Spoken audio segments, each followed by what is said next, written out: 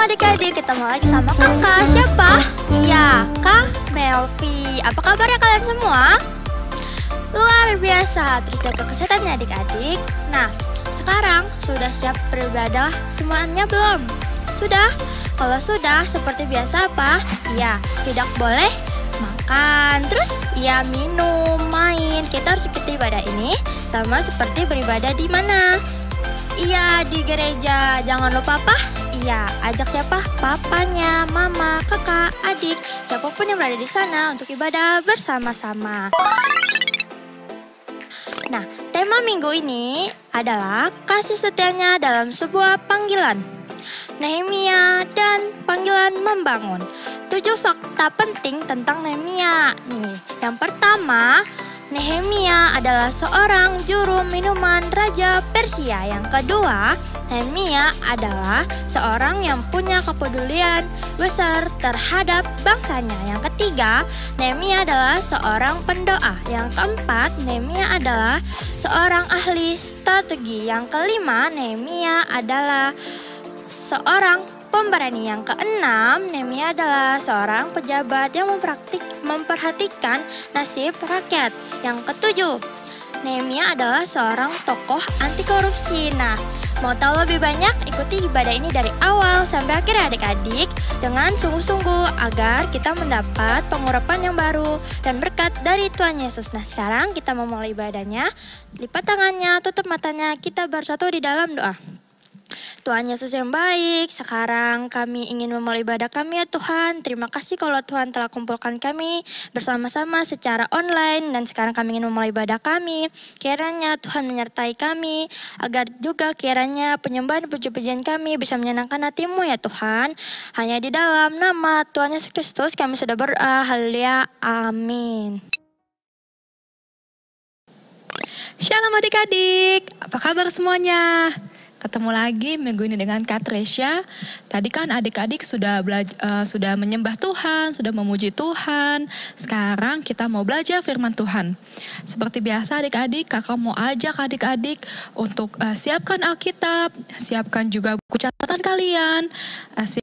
Paling penting siapkan sikap terbaik untuk belajar firman Tuhan. Tema untuk firman Tuhan minggu ini adalah kasih setianya dalam menyelesaikan panggilannya. Kita akan belajar dari kisah Nehemia, dari kitab Nehemia. Sebelum kakak mulai lebih panjang lagi, kakak mau jelaskan ke adik-adik bahwa pada zaman ini, pada zamannya Nehemia, orang-orang Israel ini sedang diasingkan di tanah Persia. Sedang diasingkan di Persia adik-adik. Adik-adik di rumah tahu nggak kenapa bangsa Israel diasingkan di Persia? Bangsa Israel diasingkan di Persia karena Tuhan menghukum bangsa Israel. Bangsa Israel berbuat banyak dosa dan secara terus-menerus tidak taat kepada Tuhan sehingga Tuhan berhenti untuk melindungi bangsa Israel. Ketika bangsa Persia datang dan menghancurkan kota Yerusalem, bangsa Persia juga mengambil banyak orang Israel untuk dijadikan budak di Persia. Salah satunya adalah Nehemia adik-adik. Nehemia adalah orang yang tinggal di Yerusalem dan dibawa oleh bangsa Persia untuk menjadi budak. Nah, Nehemia di sana menjadi budaknya raja, yaitu Raja Artasasta. Nehemia bertugas menjadi seseorang yang menyajikan makanan untuk raja. Nehemia memastikan apakah makanan untuk raja itu aman atau tidak sebelum dimakan oleh raja. Itu pekerjaan Nehemia sebagai budaknya raja adik-adik. Meskipun sebagian banyak orang Israel dijadikan budak di Persia, tetapi ada juga sebagian bangsa Israel yang tetap tinggal di Yerusalem. Tinggal di Yerusalem dengan kondisi kotanya yang hancur adik-adik. Nehemia tahu bahwa ada bangsa Israel, ada orang-orang yang tetap tinggal di Yerusalem dengan kondisi kota Yerusalem yang hancur. Nehemia sedih. Nehemia punya keinginan untuk datang ke Yerusalem kembali untuk membantu orang-orang Yerusalem tersebut. Tetapi Nehemia tidak bisa adik-adik. Nehemia sedih, memikirkan itu sepanjang hari. Nehemia berdoa kepada Tuhan, bergumul kepada Tuhan. Pokoknya Nehemia terlihat muram adik-adik. Nehemia terlihat muram, terus memikirkan keadaan kerabat-kerabatnya, teman-temannya, orang-orang yang ada di Yerusalem dalam kondisi kota yang hancur. Suatu ketika Nehemia sedang di hadapan raja, raja melihat bahwa kondisi Nehemia kelihatan sedih adik-adik. Raja bertanya kepada Nehemia, "Nehemia, mengapa kamu begitu sedih? Apakah kamu sakit? Apakah ada sesuatu yang mengganggu kamu?" Raja bertanya seperti itu adik-adik. Lalu Nehemia menjelaskan kondisi Nehemia kepada raja. Kita baca yuk adik-adik. Di kitab Nehemia pasal yang kedua ayat yang ke-3 sampai yang ke-5. Adik-adik buka kitabnya. Kita baca bersama-sama. Di kitab Nehemia pasal yang kedua ayat yang ke-3 sampai yang ke-5. Udah ketemu adik-adik? Yang sudah ketemu bilang udah ketemu ya adik-adik. 1, 2, 3. Ayat yang ke-3. Jawabku kepada raja, "Hiduplah raja untuk selamanya.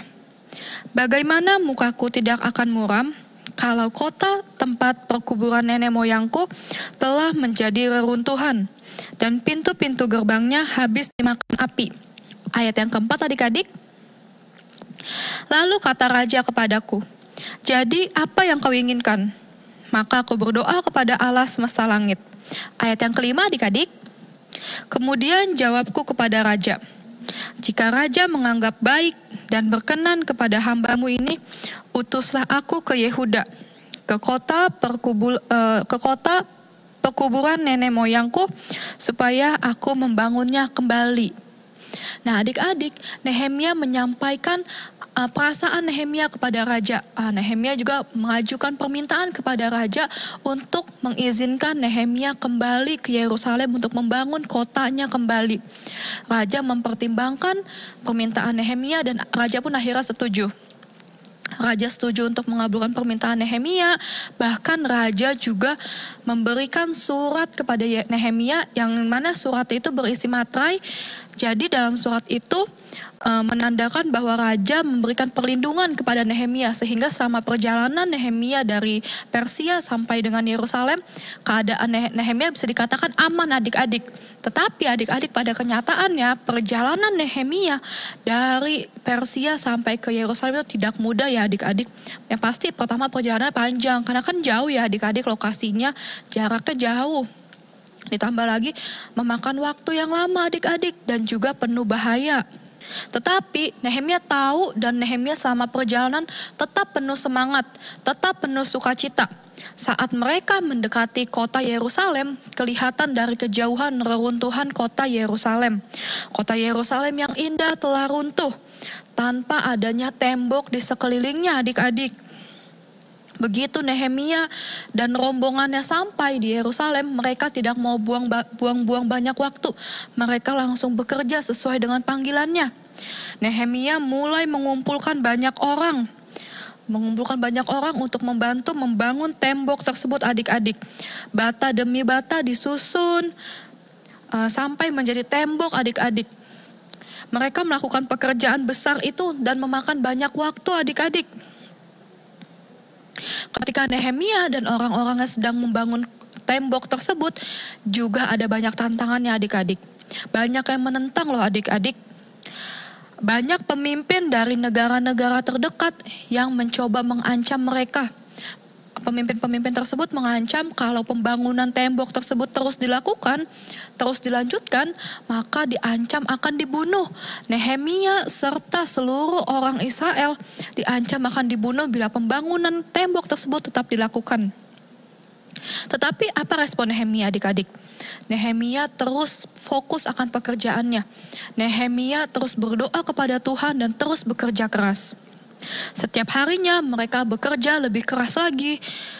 Dan tembok itu juga menjadi semakin kuat adik-adik. Setelah berbulan-bulan mereka kerja keras, mereka bekerja dengan penuh bahaya, penuh ancaman, akhirnya pekerjaan itu selesai adik-adik. Ketika batu bata terakhir ditempatkan di tempatnya dengan aman, mereka sangat bersuka cita dan mereka mengadakan perayaan yang besar adik-adik. Perayaannya dimulai, di sana ada nyanyian, di sana ada tarian, ada pesta, dan ada perayaan yang besar. Dan yang terpenting adik-adik, ada doa dan pujian. Karena Tuhanlah yang memberikan mereka kesuksesan atas usaha mereka. Dan Tuhanlah yang pantas mendapat dan menerima segala pujian dan segala kemuliaan tersebut adik-adik. Nah adik-adik, itulah kisah dari Nehemia. Dari kisah ini kita belajar adik-adik, Nehemia mempunyai panggilan dari Tuhan untuk membangun kota Yerusalem yang runtuh menjadi kota yang baru. Menjadi kota, dibangun kembali adik-adik kota Yerusalemnya.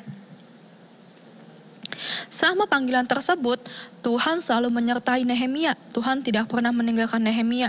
Dimulai dari Nehemia masih di Persia, ketika Nehemia melakukan perjalanan, bahkan ketika Nehemia sampai di Yerusalem dan diancam akan dibunuh pun Tuhan tetap menyertai Nehemia. Bahkan ketika pembangunan tersebut sudah selesai, mereka mengadakan perayaan, Tuhan tetap ada di tengah-tengah Nehemia loh adik-adik. Dan yang paling penting nih adik-adik, Nehemia itu paham bahwa kesuksesannya tersebut dapat terjadi bukan karena kuatnya Nehemia sendiri, bukan karena kompaknya Nehemia dan bangsa-bangsa Israel, tetapi karena kasih setianya Tuhan, karena penyertaannya Tuhan. Sehingga Tuhanlah yang pantas menerima segala pujian dan segala kemuliaan tersebut adik-adik. Sama seperti adik-adik di rumah yang mempunyai panggilan dalam hidup kalian. Kakak yakin dan percaya adik-adik di rumah pasti diberikan panggilan yang berbeda-beda dari Tuhan. Dan kakak yakin dan percaya setiap panggilan dari kalian adalah istimewa. Setiap orang panggilannya pasti beda-beda. Kalian jangan merasa minder akan panggilan Tuhan atas hidup kalian. Karena setiap panggilan yang berbeda-beda itu adalah istimewa adik-adik. Sama juga seperti Nehemia yang diberikan panggilan oleh Tuhan untuk membangun kembali kota Yerusalem, adik-adik juga pasti diberikan panggilan dalam hidup kalian. Tuhan tidak meninggalkan Nehemia. Ketika Tuhan memberikan panggilan kepada Nehemia, maka Tuhan juga tidak akan meninggalkan adik-adik dalam panggilan hidup adik-adik. Nah adik-adik, itulah firman Tuhan pada hari ini. Kakak mau ajak adik-adik untuk merenungkan kembali panggilan Tuhan dalam hidup kalian. Kalian renungkan kembali firman Tuhan ini, kakak yakin dan percaya firman Tuhan ditaburkan ke dalam setiap hati kalian dan pikiran kalian. Kita sudah selesai belajar firman Tuhan, kakak mau ajak adik-adik untuk rapikan Alkitab kalian, rapikan buku catatan kalian. Kita mau bersatu di dalam doa. Lipat tangan, tutup mata, kita mau bersatu di dalam doa. Bapa Tuhan Yesus Kristus yang baik, terima kasih ya Tuhan untuk kebaikan-Mu, untuk kasih setiamu yang luar biasa dalam hidup kami ya Bapak. Kalau Engkau sudah ajarkan kami pesan-Mu pada minggu ini ya Bapak, pada akhir bulan ini ya Bapak, Engkau ajarkan kami, Engkau ingatkan kami bahwa ada panggilan dalam hidup kami ya Bapak. Mungkin kalau sekarang kami belum tahu ya Bapak apa panggilan-Mu atas hidup kami saat ini. Tapi kami yakin dan percaya Tuhan, Engkau yang akan tunjukkan sendiri apa panggilan dalam hidup kami ya Bapak. Dan kami yakin dan percaya ya Tuhan, dalam kami menjalankan panggilan hidup kami tidak sendiri ya Bapak. Engkau tidak akan meninggalkan kami akan berjalan menuntaskan panggilan kami berserta dengan kasih setiamu ya Bapak. Ajarkan juga anak-anak-Mu ya Bapak untuk mengerti setiap panggilan dari-Mu, panggilan dari Tuhan atas hidup mereka ya Bapak. Bimbing mereka untuk menemukan panggilan dari-Mu ya Bapak. Terima kasih Tuhan Yesus, kami sungguh diberkati oleh firman Tuhan pada hari ini. Kami percaya firman Tuhan yang ditabur hari ini tidak akan menjadi kesia-siaan untuk kami semua ya Bapak. Terima kasih Tuhan Yesus, kami sudah selesai beribadah, kami sudah selesai belajar firman Tuhan. Kami mau melanjutkan aktivitas kami selanjutnya. Kami mau undang Roh Kudus untuk selalu terlibat dalam hidup kami. Terima kasih Tuhan Yesus, hanya di dalam nama-Mu kami telah berdoa dan mengucap syukur. Haleluya, amin. Selamat hari Minggu adik-adik.